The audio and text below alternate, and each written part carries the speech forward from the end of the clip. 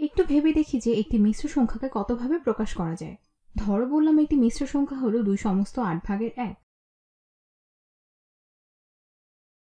আচ্ছা না, আমরা বরং 2 সমস্ত 4 ভাগের 1 নেই।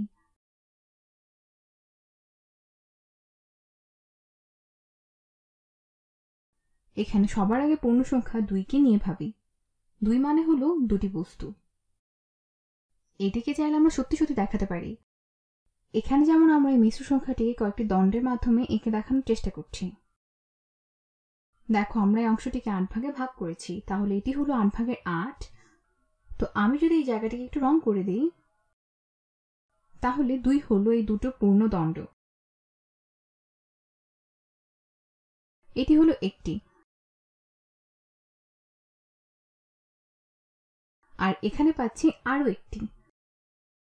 তাহলে এই দুটো দণ্ডের মতো অংশ নিয়ে আমরা পূর্ণ সংখ্যা 2কে বোঝাচ্ছি। এরপর আমাদের আছে 4 ভাগের 1। এই যে শেষ দণ্ডটি, এটি হলো পূর্ণ অংশ। আমরা এটিকেও 8 ভাগে ভাগ করেছি। আগে চলো এই অংশটিকে 4 ভাগে ভাগ করে নিই। তাহলে এটি হলো 4 ভাগের 1, এটি হলো 4 ভাগের 2, আর 4 ভাগের 3 হলো এটি। তাহলে এই 4 ভাগের মধ্যে একটি 4 ভাগ নিয়ে হচ্ছে আমাদের কাজ, কারণ আমাদের দেয়া আছে 4 ভাগের 1। তাহলে সেই অংশটি রং করে দিই। এখন এখানে লক্ষ্য করো, দণ্ডটির 8 ভাগের মধ্যে 2 ভাগকে রং করেছি, কারণ আমরা জানি যে 8 ভাগের 2 আর 4 ভাগের 1 আসলে একই কথা। তাহলে আমরা কিন্তু আমাদের মিশ্র সংখ্যাটিকে প্রকাশ করে ফেলেছি এই ছবিতে।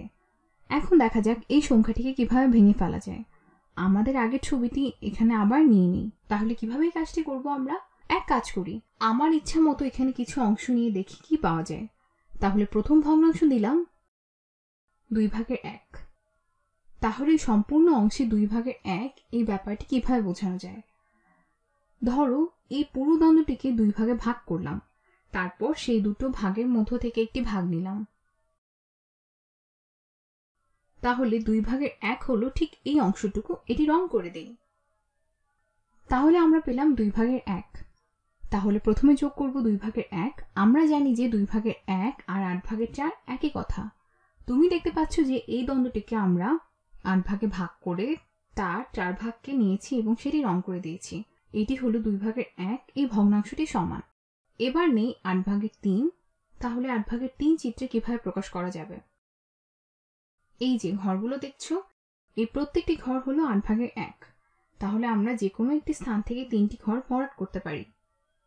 ধরো এখানে করলাম 1, 2, 3। এখন এসো আমরা 8 ভাগের 8 নিই।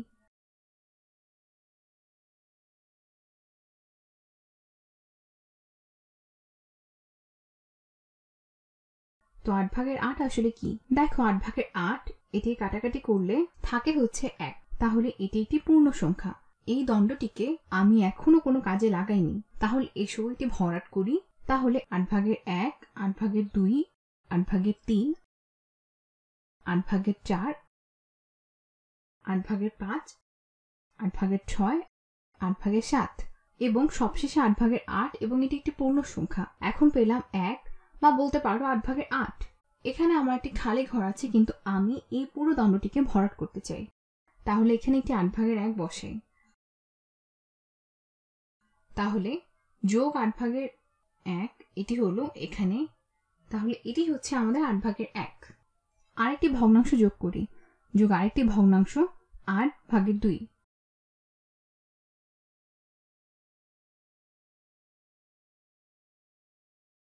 এখানে 8টি ভাগ করা আছে, তাহলে 8 ভাগে 2 হবে এগুলোর 2টি। লক্ষ্য করো, 8 ভাগের 2 আর 4 ভাগের 1 মূলত একই কথা। এখন তুমি যদি 4 ভাগের 1 ভগ্নাংশটিকে নাও, তাহলে সেটিকে 2 ভাগে ভাগ করে ফেলো। তাহলে এটি হলো 8 ভাগের 2। এই যে দেখো, 2 গুণ 1 হলো 2, 4 গুণ 2 হলো 8। তাহলে 8 ভাগের 1 আর 4 ভাগের 2 একই কথা। আবার 8 ভাগের 8 আর একটি সম্পূর্ণ অংশ একই কথা। এখন লক্ষ্য করো, 2 ভাগের 1 যোগ 8 ভাগের 3 যোগ 8 ভাগের 1, এই সবগুলো যোগ করলে হয় 8 ভাগের 8। তোমাদের বোঝার সুবিধার জন্য বলছি, 2 ভাগের 1 আর 8 ভাগের 4 একই ব্যাপার। কারণ দেখো, আমরা পূরণ করেছি 8/4, তারপর আমাদের আছে 8/3 এবং তারপর আছে 8/1।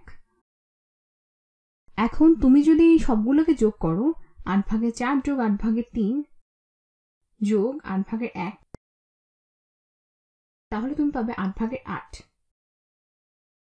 4 যোগ 3 যোগ 1 সমান হলো 8, তাহলে 8/8 বা এই পুরো অংশটুকু। আশা করি ছবি এঁকে দেখানোতে তোমার বুঝতে একটু সুবিধা হয়েছে কিভাবে আমরা ভগ্নাংশকে ভেঙে সেটিকে আবার ভিন্নভাবে গঠন করতে পারি।